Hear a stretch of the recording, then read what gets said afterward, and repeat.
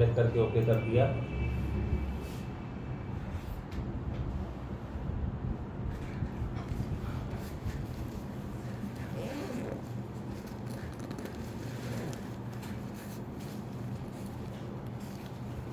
आपके सामने ये फॉर्मेट खुलकर आ जाता है। ठीक है, तो सबसे पहले मैं आपको आज इंटरफेस समझाऊंगा। जैसे ऑटोकैड में हमने स्क्रीन के बारे में समझा था, इसको इंटरफेस कहते हैं, तो यहाँ पर भी हम इंटरफेस के बारे में समझेंगे कि होता क्या है। ठीक है, जब भी आप स्टार्ट करेंगे बाय डिफॉल्ट आपके सामने कुछ इस तरह से स्क्रीन खुलकर आती है। स्क्रीन में देखें, सबसे पहले नीचे जो आप देख रहे हैं इसे हम कहते हैं स्टेटस बार। स्टेटस बार पे ये आपको बताता है कि हम सॉलिडवर्क्स से कौन से वर्जन में काम कर रहे हैं, और इसके आगे अगर हम चले तो यहाँ पे हमें दिखाता है कि हम कौन से यूनिट्स में काम कर रहे हैं। किसी भी ड्राइंग पे काम करने के लिए यूनिट्स को तो सेट करना पड़ता है। यहाँ पर आप देख सकते हो लिखा हुआ है MMGS। MMGS का मतलब ये हो गया कि जो हम लंबाई लेंगे, लेंथ, वो मिलीमीटर में, जो वेट होगा वो ग्राम में, और टाइम होगा सेकंड में। कैलकुलेशन तो करेंगे ना इसके अंदर, जो भी बातचीत होगी वो इस तरह से चलेगी। वैसे तो इंडियन स्टैंडर्ड में MMGS ही चलता है, मगर आपको अगर बदलना हो उसको तो आप CGS कर सकते हो। ऐसा करने पर आप देखेंगे नीचे CGS लिखा हुआ है, और अब आपकी जो लेंथ है उसको वो मिलीमीटर नहीं सेंटीमीटर मानेगा। ठीक है, वेट को ग्राम मानेगा और टाइम को सेकंड मानेगा। इसी तरीके से आप इसमें MKS लेंगे तो मीटर, किलो और सेकंड में आ जाता है। यहाँ से हम ले सकते हैं, ये जो आप देख रहे हो ये सारे स्टैंडर्ड यूनिट्स हैं, इन्हें हम स्टैंडर्ड यूनिट्स बोलते हैं। मान लो कि हमें इनमें से कोई भी यूनिट नहीं चाहिए, हमें जो यूनिट चाहिए वो यहाँ पे है नहीं लिस्ट में, तो हम क्या करेंगे, यहाँ से एडिट डॉक्यूमेंट यूनिट्स के ऊपर जाके क्लिक करेंगे। जब आप डॉक्यूमेंट यूनिट्स पे क्लिक करेंगे तो हमारे सामने कुछ इस तरह से खुलकर आएगा। ये बॉक्स, इसे हम ऑप्शंस का बॉक्स कहते हैं। ऑप्शंस देखो लिखा है ना, ऑप्शंस। यहाँ पर आपने क्या करना है, ये देखो नीचे लिखा है लेंथ, यहाँ पे लिखा मास, ये लिखा है टाइम, यहाँ पे मीटर लिखा है। मैं इसको बदलने की कोशिश कर रहा हूँ तो बदल नहीं रहा। ये देखो किसी में भी चेंजेस नहीं हो पा रहे। क्यों? आपको यहाँ से जाके कस्टम सिलेक्ट करना पड़ेगा। अगर आप इसमें यूजर डिफाइंड यूनिट देना चाहते हो अपने, तो आपको यहाँ से इसमें कस्टम लेना पड़ेगा। ठीक है, मैंने यहाँ पे कस्टम कर दिया। जैसे ही मैंने कस्टम किया तो आपने देखा कि यहाँ पर हमें ये शो कर रहा है सारे यूनिट्स। ठीक है, ये सारे यूनिट्स हमें यहाँ पे दिखा रहा है इसमें, और इसको इसमें आपको दिखा रहा है कस्टम में सारे लेंथ के यूनिट्स। अब आप देखो, हम तो सोचते थे कि लेंथ इतनी होती है, देखो angstroms, nanometer, microns, millimeter, micro inches, कितनी सारी तरह की लेंथ होती है इसमें, है ना। ये सारी तरह की लेंथ चलती है इसमें। निधि, तो इसमें हम क्या करेंगे, इसको बाहर कर दो, शोर मचा रहा है वहीं पे नलकी के पास। तो यहाँ पर आप देखो इतनी तरह के लेंथ के यूनिट्स होते हैं। मान लो मेरे को अपने काम के अंदर में माइक्रोन्स का इस्तेमाल करना था, मालूम है ना। माइक्रोन्स वो होती है जो पेपर की मोटाई, या जो पन्नी होती है पॉलीथीन, माइक्रोन्स के अंदर देखी जाती है ना उसकी मोटाई, तो मोटाई तो उसकी भी होती है। तो मान लो मुझे उस पर काम करना था, माइक्रोन ले लिया। इसी तरह से मास था, मास में मैंने मिलीग्राम ले लिया। ठीक है, मिलीग्राम हमारे पास पहले कहीं पे था ही नहीं ऑप्शन। तो उसके बाद में जो टाइम है ये मैंने मिली सेकेंड कर दिया, तो मिली सेकेंड कर दिया। इसका मतलब आपने अपने ज़रूरत के अनुसार यहाँ पे यूनिट को सेट कर दिया। ठीक है, ये नीचे जाकर हम इसको कर देंगे ओके। तो आप देखोगे यहाँ पे नीचे लिखा हुआ है कस्टम। ठीक है, या तो उसके साथ साथ रिकॉर्डिंग कर लो या इस स्टेप्स को नोट कर लो, ये पता होने चाहिए आपको। तो सबसे पहला काम तो है यूनिट को सेट करने का। कस्टम यूनिट हमने सेट कर लिया। अब हम वापस यहाँ पे जाते हैं और मैंने फिर से यहाँ से MMGS ले लिया। ये स्टैंडर्ड यूनिट यही चलता है हमारा। ठीक है, चलिए ये तो हो गई स्टेटस बार के बारे में बात। अब हम ऊपर आ जाते हैं। ये जो आप देख रहे हो इसे मोशन स्टडी लिखा हुआ है। इसके अंदर आप एनिमेशन वगैरह भी बना पाओगे। मतलब जैसे कि कोई मशीन है, उसकी मूवमेंट दिखाई दे रही चलती हुई, वर्किंग कंडीशन में हमें दिखाई देगी। वो सब कुछ करने के लिए हमें ज़रूरत पड़ेगी एनिमेशन के लिए। नीचे देख रहे हैं आप मोशन स्टडी लिखा हुआ है, ये एनिमेशन के लिए यूज़ होता है। ठीक है, ये एनिमेशन के लिए यूज़ होता है। इसके बाद में ये जो देख रहे हैं आप साइड पे, अच्छा ये टूल बार जैसे आपने देखा अब अगर मैं हटाना चाहूँ किसी भी टूल बार को, तो आप कहीं पे भी जाके राइट क्लिक करो। राइट क्लिक करने के बाद आपके पास एक लिस्ट आ जाएगी सभी टूल बार्स की अल्फाबेटिकल सीक्वेंस में। देखो ABCD के हिसाब से लिखा हुआ है इसमें, है ना। मैंने क्या किया, यहाँ पर जाके मैंने मोशन मैनेजर को हटा दिया, ये गायब हो गया नीचे से, है ना। और इसी तरीके से आपको वापस लाना है तो आप वापस मोशन मैनेजर को लेके आ जाओ, आ भी गया।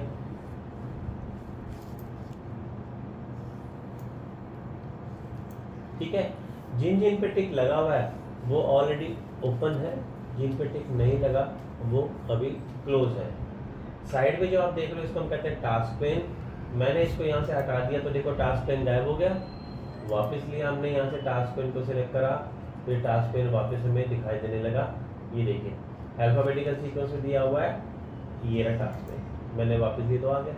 टास्क पेन में आपने ऑटोकैड में डिज़ाइन सेंटर सीखा था ना, तो जैसे डिज़ाइन सेंटर के अंदर ब्लॉक्स थे रेडीमेड सारे, ऐसे इसमें डिज़ाइन लाइब्रेरी है जिसमें आपको बने बनाए कई सारे पार्ट पहले से तैयार मिलेंगे।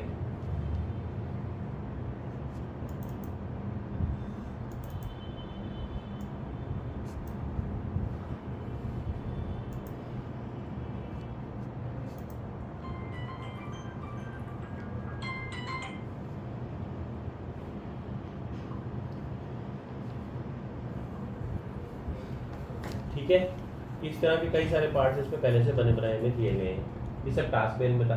अभी मैं आपको सिर्फ स्क्रीन का इंट्रोडक्शन दे रहा हूँ, डिटेल में तो इनके बारे में बाद में समझेंगे।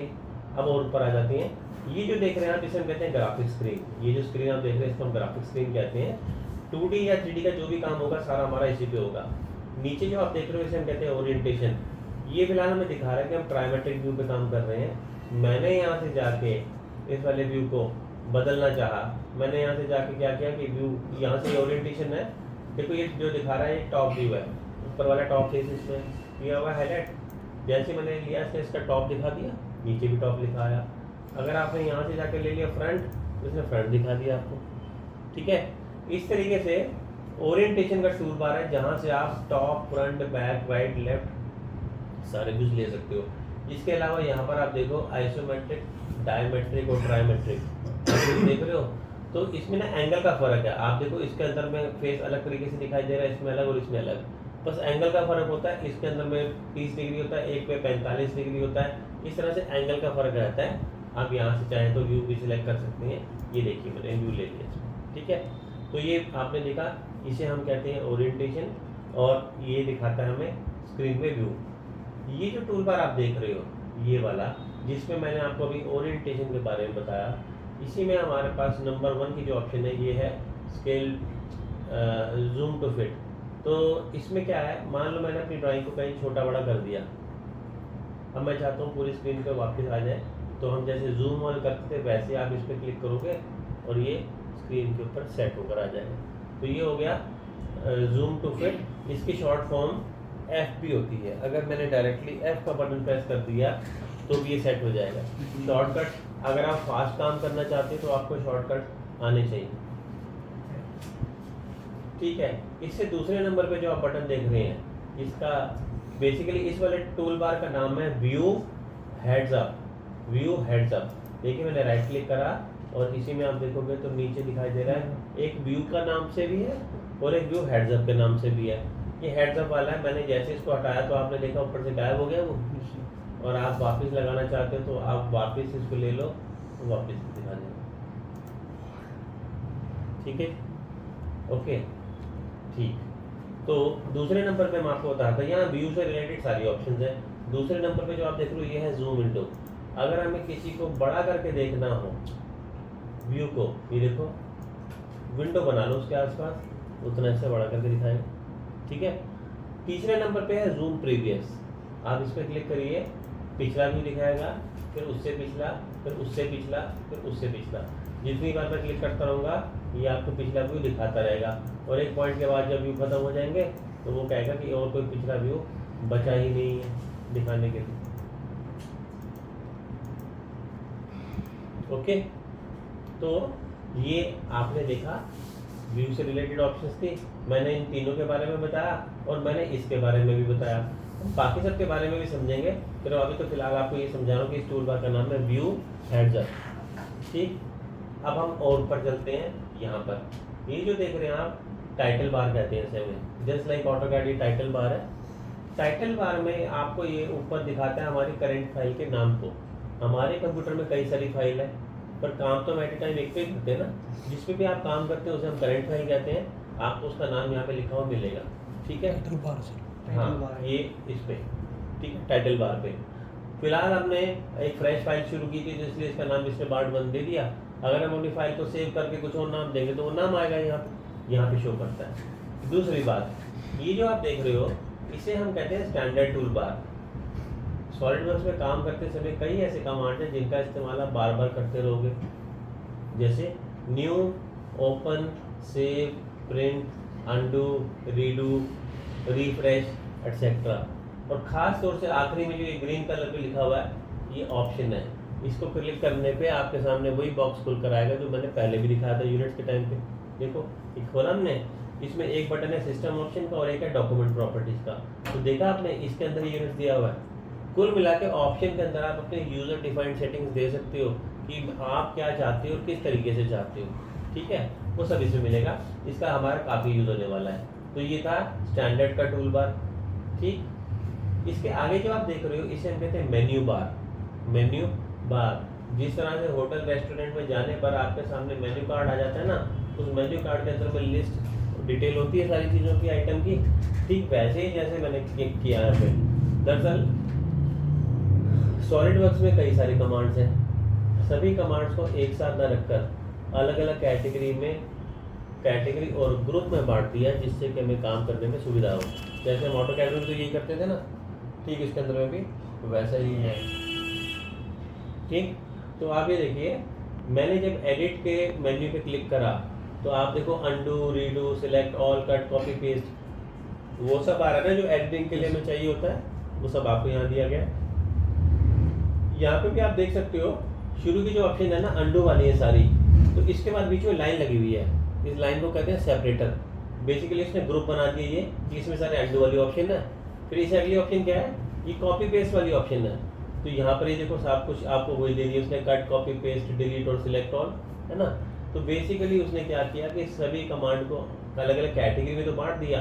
अगर मुझे कुछ चेंजेस करने तो हम एडिट में जाएंगे, अगर मुझे कुछ देखना है तो हम व्यू के टूल बार में जाएंगे, ठीक है, व्यू के मेन्यू बार में जाएंगे, और इसी तरह से कैटेगरी अलग अलग बना दी। चलिए व्यू पे चलते हैं। व्यू पे क्लिक करने पे हमारे पास ये आया।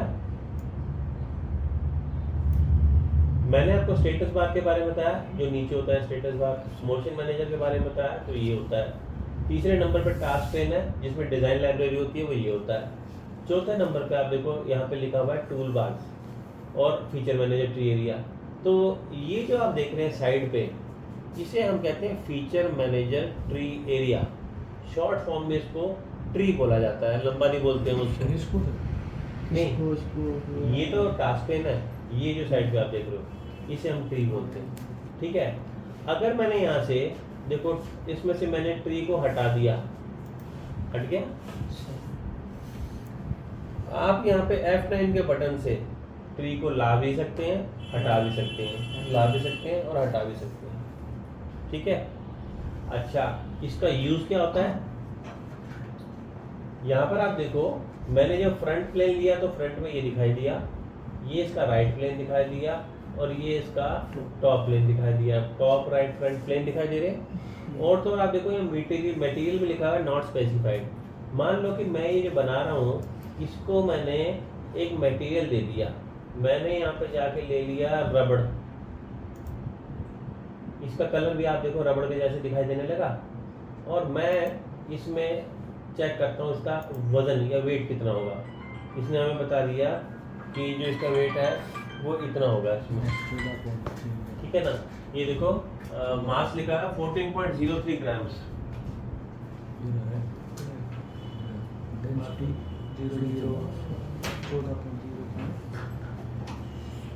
इसका मतलब उसका वजन होता है, वॉल्यूम होता है। तो इसने बताया कि रबड़ में अगर ये चीज़ बनेगी तो उसका वजन ये होगा, ठीक है। अब हम एक काम करते हैं, ये फिर मैंने दोबारा से इसके मटेरियल को बदल दिया। मैंने अब की बार ले लिया इसको कॉपर में, कलर भी चेंज हो गया, और अब हमने फिर से चेक करा तो ये 124.87 ग्राम हो गया, है ना। इसी तरीके से मैंने फिर से इसको चेंज कर दिया और मैंने कोई और ले लिया, निकल ले लिया 119 ग्राम। आप देख रहे हो हर बार बदल रहा है ना। एसएस में बनाए हम इसको, एल्युमिनियम में, कॉपर में, जिंक में, वुड में। मैं इसको किसी भी चीज़ के मटेरियल में बना सकता हूँ, तो वो मैं जो भी मैं इसको मटेरियल दूंगा वो उसी के साथ उस पर काम करेगा, है ना। तो हमने क्या किया, तो इसे तो मैं आगे सिखाऊंगा आपको, तो सभी तो एक आपको ओवरव्यू दे रहा हूँ। ये मैंने ऐसे वुड ले लिया, इसके ऊपर इसको वुड का बना दिया। अब मैं इसका अगर वजन चेक करूँगा तो ये 7.86 रह गया, हल्का होगा ना वजन, ठीक है। तो और अगर मुझे कोई मटेरियल देना ही नहीं है तो आप यहाँ से जाके इसको क्लियर कर दो। अब ये फ्री हो गया बिना किसी मटेरियल के। तो ये जो ट्री होता है, इसमें हमें अपना जो भी हम काम करते हैं वो सारी उसकी लिस्ट दिखाई देती है, उसका पूरा का पूरा डिटेल दिखाई देता है। एक तो हम जान सकते हैं कि बनाने वाले ने क्या बनाया और किस तरीके से बनाया, उसका पूरा सीक्वेंस हम इसमें देख सकते हैं, समझ सकते हैं, ठीक है। दूसरी बात ये है कि हम इसमें चेंजेस कभी भी कर सकते हैं। मान लीजिए मुझे लगा कि ये चैम्फर गलत लगा था, इसका डायमेंशन चेंज करनी है, तो आप यहाँ से लिस्ट में जाओगे, चैम्फर सेलेक्ट करोगे और उसमें चेंजेस कर दो, तो आप कोई भी चेंजेस किसी भी समय कर सकते हो, ठीक है। खैर ये था ट्री। F9 से हम इसको शो या हाइड कर सकते हैं, F9 के बटन से। ऊपर एक जो देख रहे हैं आप, इसको हम कहते हैं टूल बार। ये जो देख रहे हो आप, इसे हम टूल बार कहते हैं। F10 के बटन से आप टूल बार को हाइड या शो कर सकते हो। ये यहाँ पे भी लिखा हुआ है, देखो ये रहा F9 ट्री और F9 ट्री और F10 टूल बार। जो F11 है ये फुल स्क्रीन है, ये फुल स्क्रीन है। इसको प्रेस करने पर आपको ऐसे फुल स्क्रीन मिल जाएगी, मतलब टूल बार गायब हो जाएंगे। शो कर रहा है, हटा दिया, शो हाइड, समझ आ गया। F9, F10, F11। ये जो आप देख रहे हैं मेन्यू, अच्छा इसी तरीके से मैंने इंसर्ट पे क्लिक करा तो सॉलिड मॉडलिंग के सारे कमांड ये दिए गए हुए हैं, सरफेस मॉडलिंग के ये कमांड दिए गए हैं। इसी तरह से हमें हर एक के अलग अलग कैटेगरी में बांट दिया ना उसको, जिस पे भी काम करना है तो कैटेगरी। कुछ चेंजेस करने हैं तो आप एडिट में जाओगे, कुछ बनाना है तो इंसर्ट में जाओगे। फिर ग्रुप में आप देखो, ये ग्रुप जो है सारा का सारा सॉलिड का ग्रुप है, ये सरफेस का ग्रुप है। अच्छा मेन्यू के अंदर जो मेन्यू खुलता है उसे हम कहते हैं सब मेन्यू, खुल गया। इसमें कुछ ऑप्शंस आपको दिखाई दे रही है, एक्टिव, हाईलाइटेड और कुछ इनएक्टिव, ठीक है। इनके अलावा सारी ऑप्शन काम कर रही है, इसका मतलब कि आप इन सब का इस्तेमाल कर सकते हो। और जो चीज़ ग्रे में दिखाई दे रही है वो हम उसका इस्तेमाल नहीं कर सकते, ठीक है। मैं तो फॉर एग्जांपल मैंने क्या किया, यहाँ पे जाके पैटर्न ले लिए, ये देखो पैटर्न ले लिया।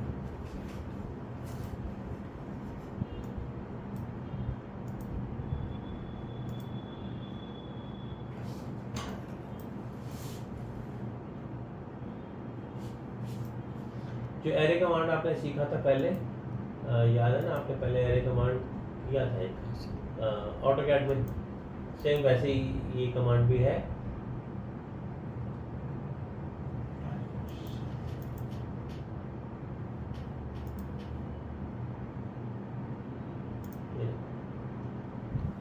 हमने एक ही बारी में कई सारे मल्टीपल गेट्स बना लिए, ठीक है, पैटर्न का यूज़ किया था। तो ये मेन्यू बार होता है जिससे हम इसका कर सकते हैं इस्तेमाल। ये अंडू देखो, मैंने अंडू करा तो वापस अंडू करा तो ये बैक होके वापस अंडू हो गया, है ना। ये जूम टू फिट करा तो फिट हो गया स्क्रीन पे। ये जो आप देख रहे हैं, अगर आपको ये यहाँ पे एक पिन लगा हुआ है, अगर मैं इस पर क्लिक करता हूँ तो ये अनपिन हो गया, मतलब कि ये अब देखो हाइड हो गया, नज़र नहीं आ रहा। अगर हम यहाँ दोबारा सॉलिड वर्क्स पे लेकर जाएं तो ये शो कर रहा है हाइड शो। अगर आप इसको परमानेंटली देखना चाहते हो फिर तो यहाँ पे पिन कर दो, पिन करने में परमानेंटली दिखाई देगा। और अगर आप टेम्परेरी तौर पर देखना चाहते हो तो इसको आप ऐसे कर दो, ठीक है, ओके। ये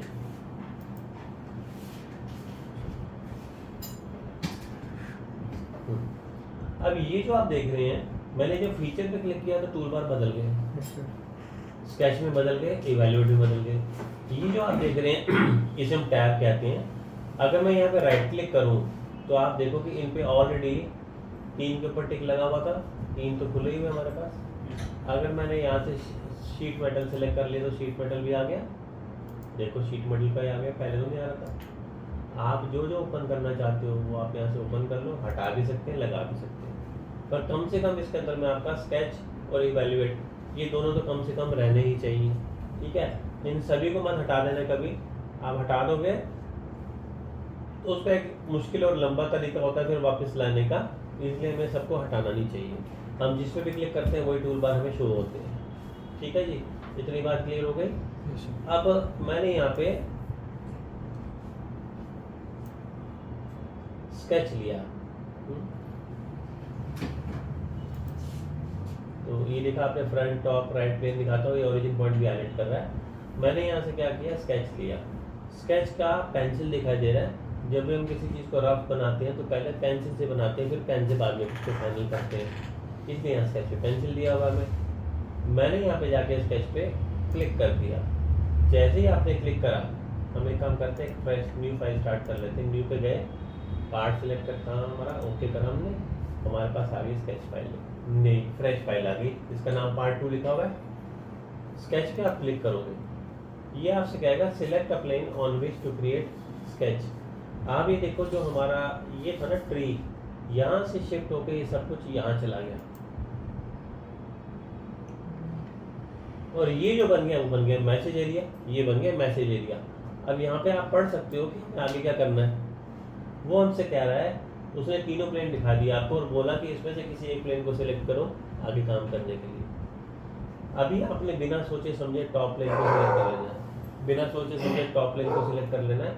बाद में मैं आपको बताऊंगा कि प्लेन सिलेक्ट करने का क्राइटेरिया क्या रहता है। फिलहाल मैंने टॉप लिए, जैसे टॉप लिए घुमा के इसे टॉप कर दिया, नीचे नजर आने लगा टॉप हमें।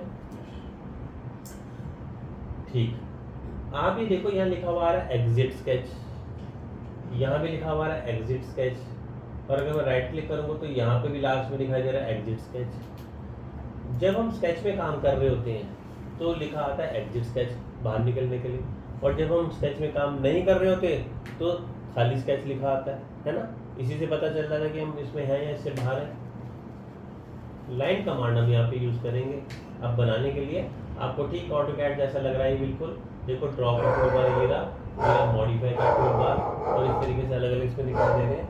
तो हमने क्या करा, यहाँ पर लाइन कमांड देने के लिए आप यहाँ से एल का बटन भी प्रेस कर सकते हो। जैसे हम एल का बटन प्रेस करेंगे हमारे सामने ये लाइन कमांड की ऑप्शंस आ जाएंगे, जैसे कि आप देख रहे हो आ गई ऑप्शंस। ठीक है, और इधर देखो हमारा जो पॉइंटर है वो एक पेंसिल की शेप लिए है उसकी, और साथ में आप देख लो एक लाइन नजर आ रही है हमें। इससे ये कंफर्म हो रहा है कि हम स्केच पे काम कर रहे हैं और फिलहाल हमने कमांड लाइन का दिया है। इससे ये बात क्लियर हो रही है ना। अच्छा, आपको यहाँ एल एंटर करने की जरूरत नहीं, खाली एल प्रेस करने से भी काम हो जाएगा। क्लिक तो हम कर ही सकते हैं। अब इसने आपसे पूछा और बाकी ये कमांड जैसे रेक्टेंगल वगैरह, इसमें ना ज़्यादा कमांड बेस्ड है नहीं, ये सारा आइकन बेस्ड ही है। इसमें आपका कीबोर्ड का इस्तेमाल बहुत कम होगा, सिर्फ वैल्यू भरने के लिए।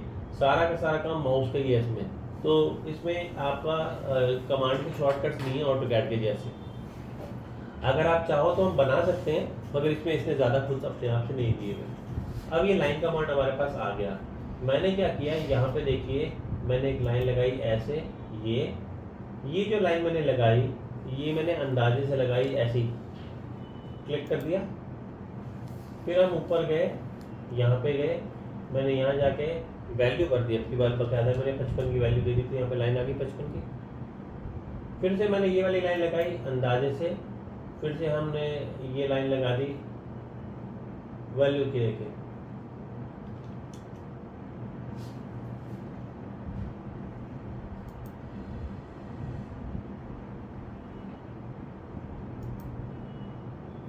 ये जो आप साथ में डॉटेड लाइंस देख रहे हो, ये हमारी रेफरेंस लाइंस होती हैं जो हमें बताती है कि ये उसकी सीध में आ गया। अगर आपको उसकी सीध में चाहिए था तो आप यहाँ पे क्लिक कर दो, ये आ गया, और ये लाके मैंने इसके साथ मिला दी इधर। ठीक है, ये देखो जूम टू फिट कर लेंगे तो सारी इसको दिखा देगी। ये मैंने जो ड्राइंग बनाई इसमें मैंने 2 की लंबाई तो दी थी 55 की, बाकी मैंने किसी की लेंथ दी नहीं। और अब मैं चाहता हूँ कि हम इसमें बाकी की भी लेंथ दे दें। देखो कमांड तो हमारा अभी भी लाइन चल रहा है, पता लग ही रहा है। आप इस पर ओके पे क्लिक कर दो, हमारा काम हो गया खत्म, लाइन जितनी लगानी थी लगा दी, आप ओके कर दो। अब हम यहाँ से जाएंगे स्मार्ट डायमेंशन में। स्मार्ट डायमेंशन पे क्लिक करेंगे तो आप देखो हमारे पॉइंटर के साथ डायमेंशन दिखाई दे रही है। इसका मतलब कि डायमेंशन कमांड हमारा आ गया। आपने सिलेक्ट करा इसे, और ये मैंने क्या करा, इसकी वैल्यू को चेंज कर दिया, इसको मैंने 66 दे दिया। आप वैल्यू बढ़ाओ या घटाओ, जो भी आप करोगे उसके चेंजेस आपको इसमें होते हुए दिखाई देंगे। देखो 88 हो गया तो बढ़ गई ना।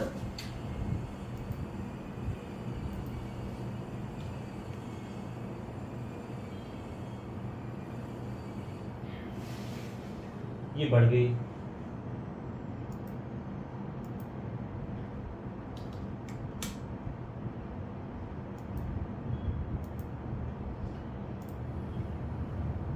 आपने देखा कि हमने यहाँ ये जो डायमेंशन थी इसकी वैल्यू दे दी, लेकिन कुछ जगह पे हमें डायमेंशन देनी नहीं दे रहा। ये मेरे को अगर इसको 5 बाहर करना था, मैंने देखो यहाँ पे इसको बाहर कर दिया। अगर आप किसी डायमेंशन को बदलना चाहो तो आप उस पर जाके डबल क्लिक करो,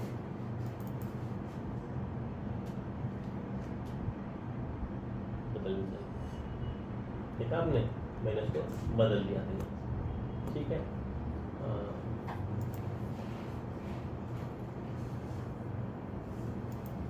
मैं यहाँ डायमेंशन लगा रहा हूँ, यहाँ लगाने पे ये डायमेंशन नहीं लगा रहा, कोई मैसेज आ रहा है, इसको आप कैंसिल कर दो। क्या कह रहा है ये कह रहा है कि आपने यहाँ पे 77 और 88 दिया। अगर हम इन दोनों का टोटल जोड़ कर दें, मान लो इसको मैं कर देता हूँ 75, इसको मैं कर देता हूँ 85, ठीक है ना। तो कितना हो गया, 160। दोनों का टोटल 160 हो गया ना। और इसको मैंने कर दिया मान लो 90। तो 160 में से अगर हम 90 घटा दें तो 70 बच गया बाकी का। तो ये अंडरस्टूड है कि 70 है। तो वो ये कह रहा है कि जब आपने टोटल कर दिया तो ये अंडरस्टूड है, इसकी अलग से डायमेंशन लगाने की कोई ज़रूरत नहीं है। मगर फिर भी अगर आप लगाना ही चाहते हो, वो तो देखो मना कर रहा है कि कोई ज़रूरत नहीं है, फिर भी लगाना चाहते हो तो लीव दिस डायमेंशन करके ओके कर दो, तो ये लगा देगा। लेकिन हमें इसको अंडू कर देना चाहिए, ठीक है। मतलब जो भी हम इस पर ज़बरदस्ती कर रहे हैं, लगाने की वो ज़रूरत है नहीं इस पर, ठीक है। मेक दिस डायमेंशन ड्रिबल लिखा हुआ है और इसको हम लेके ओके कर देंगे तो ये लगा तो देगा। देखो अलग कलर में दिखाई इसने, बाकी सब ब्लैक है, ये ग्रे में दिखाई दे रही है। तो हमने ज़बरदस्ती लगा दी, मगर इसकी कोई ज़रूरत बनती नहीं थी। ये ऑटो कैड नहीं है कि आप एक ही चीज़ की 10 बारी डायमेंशन दे दो। उसने बोला कि जब ये टोटल इतना हो रहा है तो ये अंडरस्टूड है, ये इतनी डायमेंशन नहीं है। इसी तरीके से जब मैंने इसको लगाया तो यहाँ पे भी वही मैसेज आया, मेक दिस डायमेंशन ड्रिबल करके मैंने ओके कर दिया। तो उसने लगा तो दी, आपके रेफरेंस के लिए लगा दी, मगर अदरवाइज इसकी कोई ज़रूरत नहीं बनती। तो कहने का मतलब ये था।